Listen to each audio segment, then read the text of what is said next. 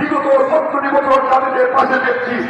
বিগত 17 বছর এই ভগবতী মরদিনের পর থেকে শুরু করে এই 15 বছরে যাকে আমরা আন্দোলন সংগ্রামের কাছে পেয়েছি, যাকে যারা নেতৃত্বে আমাদের সংগঠনকে মজবুত শক্তিশালী করেছি, যার নেতৃত্বে আমরা বিগত ফ্যাসিস্ট সরকারের সময় হরতাল ও মতের মতো কর্মসূচিতে জীবন বাঁচিয়ে রেখে পিছপা হয় নাই, যার নেতৃত্বে আমরা এই 17 বছর এই দলকে আমাদেরকে সৌভাগ্যে রেখেছেন, এই জননেতৃত্ব নেতা জনাব মজরুল ইসলাম মাজার ভাই।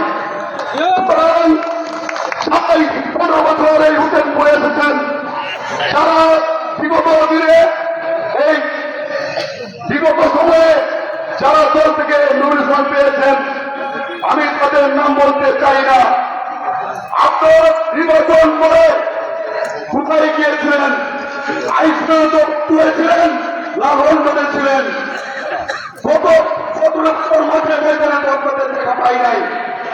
আপনারা আমরা যখন ফেসিস্টের অত্যাচারে পালিয়ে থেকেছি, আমাদেরকে একদিন ভূমিকম্প আমরা দেন নাই, কারণ আপনাদের ভুল কি ছিল না, আমাদেরকে ভুল ছিল না, আপনারা একদিন খবর নিতে পারতেন। সুতরাং আপনাদেরকে আমরা মাঝে পাই নাই। আমরা 18 সালে নির্বাচন করে পর আমরা মাঝে আপনাদেরকে পাই নাই।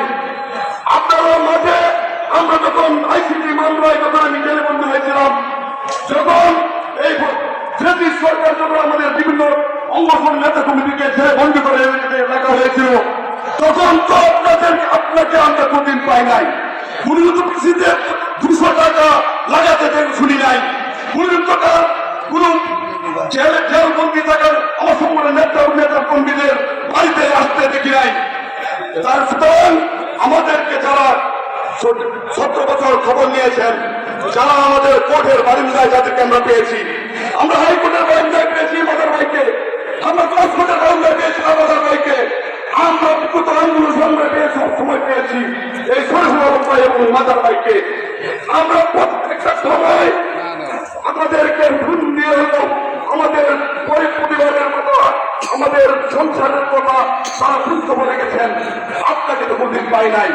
আপনি নির্বাচন করার পর আপনি যে নির্বাচিত হয়েছেন, আমরা 5 বছর পরে 18, 25, 7 বছর কথা মানে পাই নাই। এখন আপনারা এমপি হবেন, আমাদের জনগণের খবর নেবেন না, আমাদের অঙ্গসংগঠন বিএনপির খবর নেবেন না। এখন এমপি হবেন, নিজের ভাগ্য উন্নয়ন করবেন। সেটাই বাংলাদেশে আমাদের রুজনপুর কিশোর মানুষ মেনে নেবে না। আমরা আমাদের রাখতে হবে, আমাদের চেয়ারপারসন